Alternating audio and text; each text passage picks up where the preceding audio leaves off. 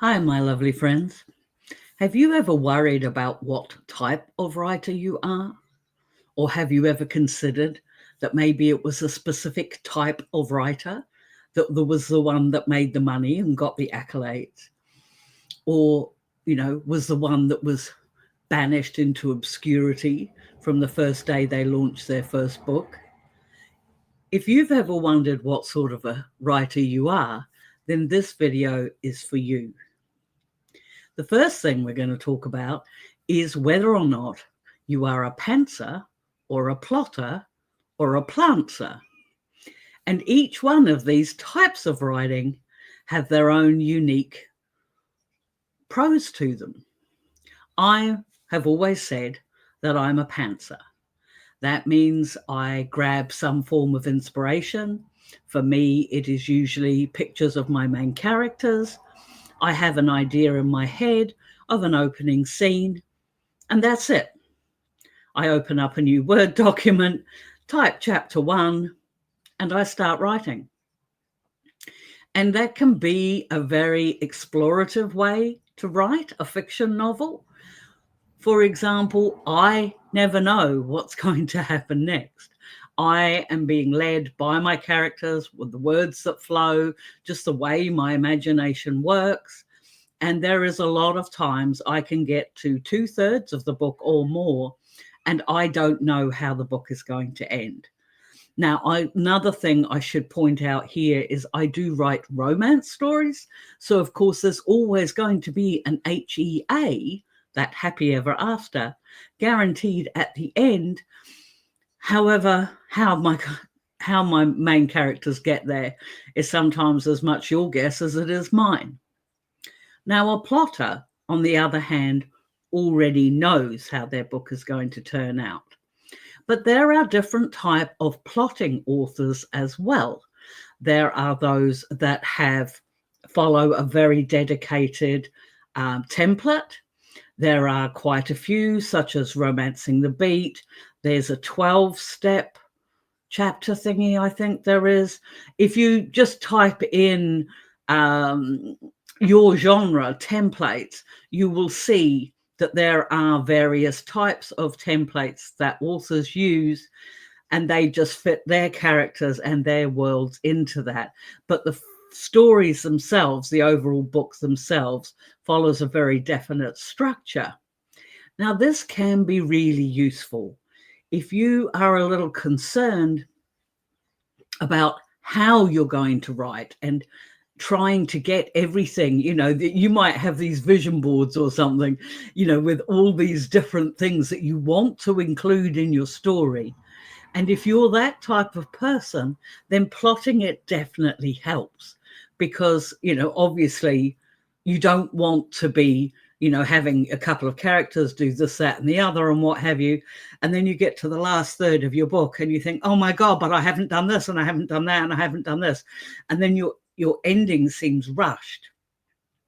So for a plotter, it is really useful to have, like, quite literally chapter breakdowns, the first act, and then chapter 1, they did this, and then chapter 2, they did this, and what have you. And they plot the whole thing out. So when they are writing, they are already leading towards what's happening next, because they already know what's going to happen next. And for a lot of writers, that's really helpful. Excuse me. There is an in-between, a plantser, so I've heard. Again, this is not something that I do, but my daughter is a plantser, in that she quite usually is a pantser, so she'll start her story and what have you. But then there comes times where you can get stuck in the middle. It's called the murky middle for a reason. And at that point, it can be really useful to just jot down the chapters needed to the end and just put, well, in this chapter, this has got to happen, and then this has got to happen, and this has got to happen. And it might just be bullet points, but there's just enough planning there not to stifle creativity, but to give a little bit of a framework of how, you're going to get to the end.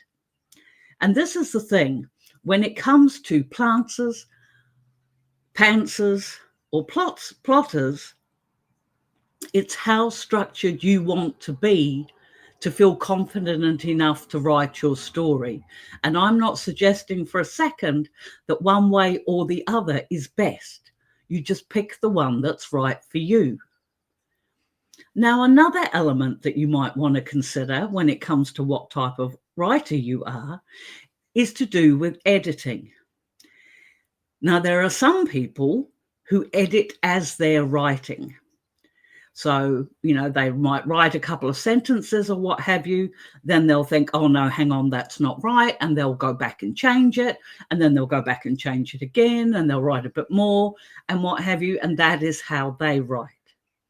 There are other people who just mad dash, get words on the page, boom, they don't care. They go all the way through without editing until they get to the end of their first draft.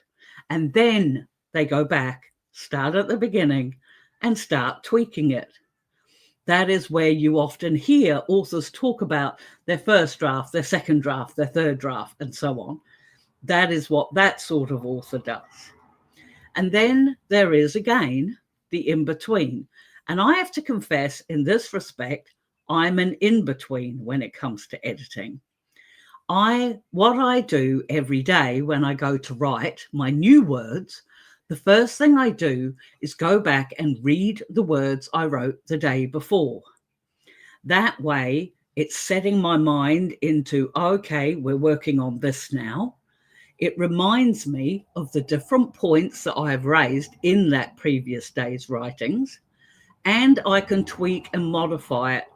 Because the first time you write something down, it's never normally perfect. You might want to just tweak an occasional word, or maybe you've used the wrong name. There have been occasions when I have gone back and completely deleted the previous day's work if I don't feel I can continue that storyline on, based on what I'd written the day before. Maybe I was having a bad day, but that's very rare. By the way, if you're that type of person, don't delete those scenes entirely.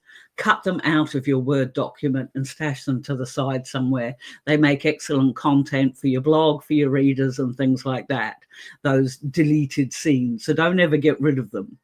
But anyway, so that is the different types of editing process you can do. Again, there is no right way of doing it. But I would suggest, if you are editing as you are writing on that thing, you will find it's a lot harder, a lot more difficult to write that way, because you're second guessing yourself while not allowing the scene to play out. And I genuinely do believe if you at least let that scene play out and type it all out first, then go back and make your tweaks, you'll actually progress in your book that much faster. And finally, the last point into whether or not, what type of author you are, is your style, your writing style. And again, there is no one way of doing this. But do you write in a more conversational way? Do you write as though you're telling a story to a friend? That's me. That's what I do. I write, when I'm writing my words, I am imagining that I am telling my story to a friend, and I just type it. So it's like a movie scene in my head comes out onto the page, and I'm sharing it with a friend, and that's how I write. It means I use a lot of casual talk. Dialogue is less formal. Even my paragraphs in between dialogue, my action scenes, everything is written in an easy to read language. And it is, I suppose, it's not literary, let's put it like that.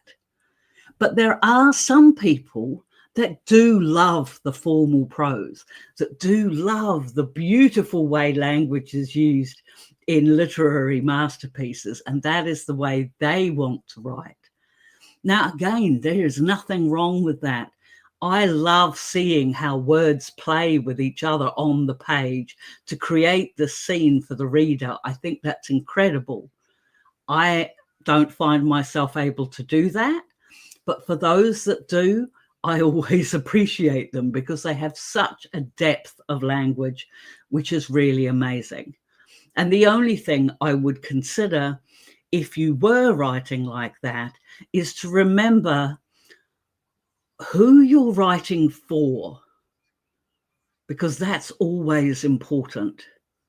And if you're wanting to entertain or inform. Now, this channel is for fiction writers as a rule. So in most times we are wanting to entertain.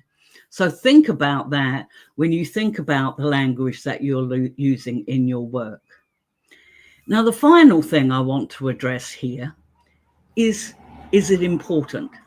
Is it important to know what type of a writer you are? And I would say no in one respect and yes in the other respect.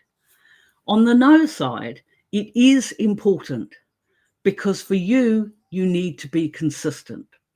If you're going to be writing as a career, if you're an author that is hoping, hopefully you've taken my tips on, writing series, because that's really important, then knowing your writing style, knowing the way you work, knowing your process helps you be more confident in it, and it allows you to be more consistent.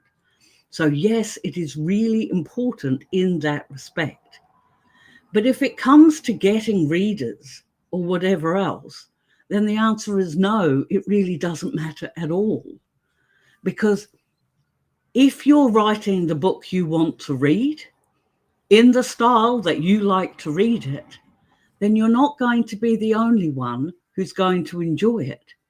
The important thing is to keep writing anyway, because that's how you're going to be able to find out what your readers feel about your work. Did you find this helpful? I hope so. If you did, a like or a subscribe would be gratefully appreciated. The YouTube algorithm is still learning about where I'm going with this channel, but I am working very hard on staying consistent in my videos as best I can. I do post long form contents on Mondays and Thursdays. And as always, if you've got any comments at all or questions, please drop them down below. Not only does it show engagement, but it also means I get to know you too, which is also a fun thing to do.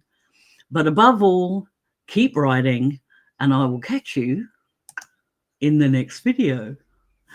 Bye.